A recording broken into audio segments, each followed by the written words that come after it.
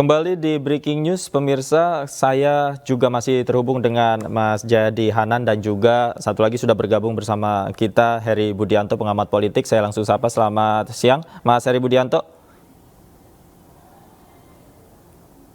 Ya, selamat siang. Oke, selamat siang. Saya ingin ke Mas Jayadi terlebih dahulu. Tadi saya sebelum break, saya tanyakan apa kemudian dampaknya terhadap para pemilih Jokowi ketika sosok Ganjar Pranowo diusung oleh PDI Perjuangan. Apakah ada dampaknya nanti? Seperti apa analisanya, Mas Jayadi? Ya, pertama nama Ganjar kan memang sudah menjadi salah satu pilihan yang cukup kompetitif di mata publik, tapi dia belum memiliki kejelasan apakah akan menjadi calon atau tidak ya. Nah, dengan deklarasi ini menjadi jelas bahwa PDI Perjuangan akan mencalonkan Ganjar Pranowo. Itu berarti bahwa kemungkinan besar akan terjadi konsolidasi yang lebih kuat di kalangan pendukung simpatisan pemilih PDI Perjuangan. Kalau selama ini ada yang masih ragu-ragu, mungkin itu akan menjadi tidak ragu-ragu lagi sehingga membantu memantapkan pilihannya. Bisa saja itu kemudian berdampak pada peningkatan elektoral dari Ganjar Pranowo. Itu satu. Yang kedua, tadi Jokowi juga hadir dan memberikan sambutan. Nah, akhir-akhir ini kan mungkin para pendukung Jokowi itu melihat ada dua alternatif yang dianggap sama dekat dengan Jokowi ya. Nah, tetapi dengan adanya pengumuman hari ini, dengan hadirnya Jokowi dan memberikan sambutan, pengumuman hari ini memberikan penegasan kembali kepada para pemilih atau pendukung Jokowi bahwa Jokowi tampaknya memang tetap mengendorse beberapa nama, tapi Ganjar Pranowo tetap menjadi pilihan utama Jokowi. Itu berarti bahwa Jokowi mengirimkan pesan kepada para pendukungnya, para pemilihnya pada tahun 2019 lalu dan 2014 bahwa dukungan utama itu diarahkan kepada Ganjar. Mungkin ini akan membantu Ganjar untuk meraih kembali sejumlah pendukungnya yang mulai ragu-ragu pasca peristiwa Piala Dunia kemarin atau pasca gagalnya Indonesia menjadi tuan rumah Piala Dunia U20 kemarin. Itu juga mungkin paling tidak akan membantu Ganjar untuk mengembalikan posisi elektabilitasnya ke situasi sebelum gagalnya Indonesia menjadi tuan rumah Piala Dunia.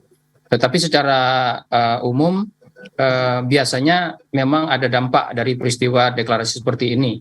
Apakah dampaknya itu akan berapa persen, berapa besar dan sebagainya, masih harus dilakukan pengukuran secara lebih kuantitatif. Tapi saya duga akan terjadi konsolidasi yang lebih kuat di kalangan pemilih PDIP, sekaligus juga di kalangan pemilih Jokowi, yang tadinya ragu-ragu, sekarang mungkin lebih kuat untuk mendukung Ganjar Pranowo. Bisa saja itu kemudian akan membuat Ganjar Pranowo menjadi kembali ke posisi teratas, meskipun mungkin masih tetap ditempel ketat oleh Prabowo yang sudah mulai menyalip Ganjar sejak sebulan terakhir.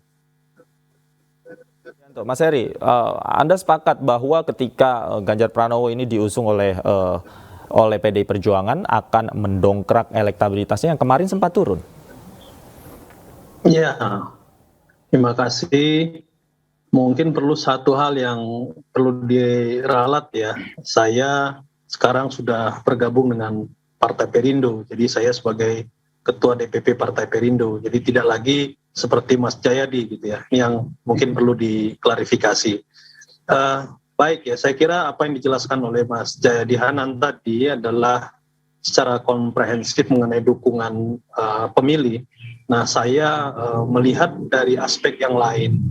Tentu dengan diumumkannya capres oleh PDIP ini adalah satu momentum juga bagi partai-partai politik yang hari ini sudah mulai menggagas koalisi. Jadi menurut saya juga akan berpengaruh signifikan bagi kubu-kubu yang akan membentuk poros koalisi.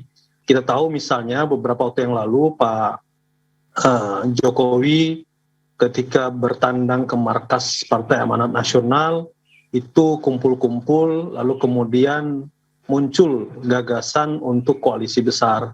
Dan kita tahu pada hari ini saya kira dengan munculnya nama Ganjar Pranowo yang diusung oleh PDIP, walaupun PDIP adalah partai yang secara golden ticket ya bisa mengusung sendiri. Namun menurut hemat kami nanti partai-partai yang belum menentukan sikap berkoalisi kemana, apalagi calon wakil presidennya juga belum diusung, baik itu koalisi yang mendukung Anies, Prabowo ya, dan sekarang Ganjar, saya kira juga akan berpengaruh. Begitu. Oke, kemudian jika memang hal ini membuat solid internal PDI Perjuangan dengan mendukung secara all out begitu Ganjar Pranowo, kira-kira ke depan apakah memang elektoral atau elektabilitasnya PDI Perjuangan juga akan betul-betul terdongkrak melalui sosok Ganjar ini? Iya, biasanya kan memang beberapa pemilu presiden sebelumnya itu efek ekor jas atau kotel efek juga sangat berpengaruh. Saya kira memang ini yang lebih pas menjawab adalah Mas Jayadi Hanan ya untuk pertanyaan seperti ini. Namun bagi kami ya, saya keraguan publik atau partai politik belakangan ini terhadap sikap PDIP, siapa yang akan diusung hari ini terjawab, dan saya sangat yakin peta koalisi juga akan berubah. Termasuk juga kami ya, Partai Perindo memang sudah mengagendakan untuk bertemu dengan jajaran pengurus DPP PDIP gitu ya, pasca Hari Raya Idul Fitri ini. Jadi saya kira ini juga nanti akan menentukan sikap bagaimana sikap daripada Partai Perindo ke depan gitu. Oke, saya kembali ke Mas Jayadi. Mas Jayadi, sosok Ganjar Pranowo ini bisa begitu signifikan mendongkrak elektabilitas PDI Perjuangan khususnya pada saat pemilihan legislatif nanti.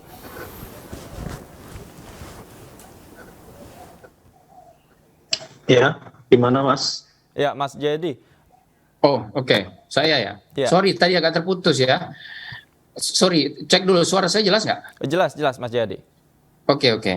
Jadi selama ini ya PDI Perjuangan itu terasosiasi sangat kuat dengan Jokowi. Nah, jadi selama ini yang mempengaruhi naik turunnya elektabilitas PDI Perjuangan dalam survei-survei opini publik untuk pemilu legislatif adalah terutama kinerja Presiden Jokowi. Selama kinerja Presiden Jokowi tinggi, maka posisi PDI Perjuangan kemungkinan akan tetap tinggi. Kita tahu dari berbagai survei, selama 2 tahun terakhir, PDI Perjuangan itu memang naik turun dukungannya itu terkait erat dengan tingkat kepuasan kepada kinerja Presiden.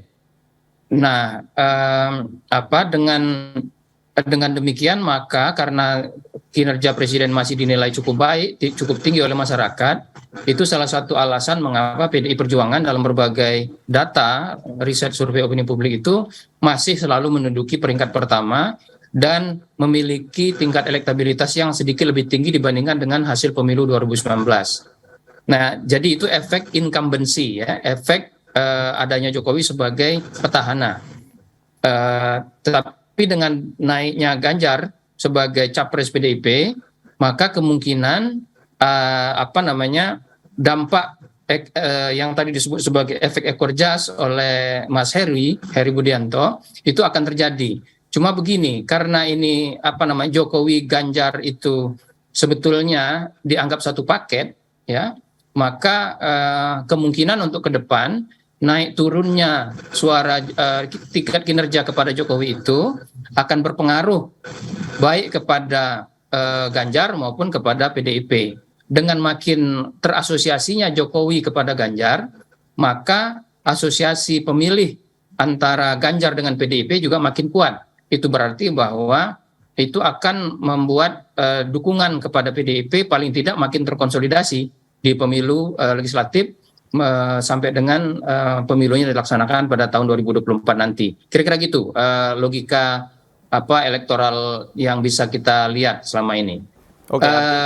Dugaan saya karena tingkat kepuasan kepada Presiden Jokowi itu sudah sangat tinggi saat ini, tidak di angka 75%, dan tingkat pengenalan kepada Ganjar Pranowo juga sudah berada di angka 80%, itu berarti sebetulnya efek ekor jas kepada PDIP, menurut saya ke depan tidak akan bertambah terlalu banyak. Yang akan terjadi adalah efek ekor jas itu akan terkonsolidasi. ya itu artinya makin sulit bagi partai-partai lain itu untuk mengejar atau untuk mengalahkan ya atau mendekati posisi elektabilitas dari dalam pemilu legislatif untuk PDI Perjuangan. Kira-kira gitu, saya kira perkiraan ke depannya kalau kita kaitkan dengan pemilu legislatif. Oke. Kemudian saya kembali ke Mas Heri. Mas Heri, kalau dari pandangan Anda tadi dikatakan sebenarnya sosok Ganjar juga bisa mendongkrak elektabilitas. Kemudian juga sosok Ganjar bisa diterima oleh banyak pihak. Menurut Anda selama ini kiprah yang memang dilihatkan oleh Ganjar Pranowo khususnya antar partai politik, antar tokoh politik ini seperti apa dari pandangan Anda, Mas Heri? Tadi sebenarnya kalau kita cermati apa yang disampaikan oleh Presiden Jokowi dalam sambutannya, beliau menegaskan ya dalam sambutannya bahwa sosok Ganjar Pranowo adalah sosok yang nasionalis, lalu kemudian rajin turun ke bawah, begitu ya, kata-kata yang tadi disampaikan oleh Pak Presiden. Dan juga Ganjar kalau menurut saya adalah potret dari Presiden Jokowi. Jadi memang kalau tadi dijelaskan oleh Mas Jayadi bahwa sebagian atau dominasi daripada pemilih-pemilih Jokowi akan semakin mantap dengan diumumkannya Ganjar, saya kira memang seperti itu ya. Jadi kalau memang bukan saja sama partainya yang mendukung, tapi juga sosok keduanya ini adalah sosok yang tadi juga ditegaskan oleh Mas Ganjar dalam sambutannya, beliau akan melaksanakan nanti apa-apa yang menjadi yang sudah dilaksanakan oleh Pak Jokowi. Jadi Pak Jokowi sudah meletakkan fondamen, jadi ya begitu ya kata-kata atau sambutan yang disampaikan oleh Pak Ganjar. Saya kira memang ini akan memantapkan pilihan-pilihan politik selama ini, terutama ada beberapa tingkatan ya. Pertama partai politik, yang kedua adalah para relawan, yang sebagian relawan Pak Jokowi itu kan beberapa sudah mendeklarasikan ke Pak Prabowo ya. Yang ketiga adalah pemilih gitu. Saya kira 3 tingkatan ini juga semakin terkonsolidasi. Tinggal lagi tahapan berikutnya adalah nanti peta koalisi dari partai-partai seperti apa, lalu kemudian nanti endingnya adalah siapa calon wakil presiden yang akan diusung ketika misalnya masa pendaftaran calon presiden dan wakil presiden ini dibuka oleh KPU gitu. Baik, menarik ini. Siapa nanti calon wakil presiden yang akan diusung? Kita nantikan bersama-sama nanti dinamika politiknya seperti apa. Mas Heri Budianto, terima kasih sudah bergabung bersama kami. Mas Jayadi Hanan juga terima kasih banyak sudah meluangkan waktu bersama kami. Selamat sore, salam sehat selalu Bapak-bapak. Pemirsa, demikianlah breaking news pengumuman calon presiden dari PDI Perjuangan. Saya Davi Pratama pamit undur diri. Terima kasih, selamat sore, selamat menyaksikan acara kami kembali. Sampai jumpa.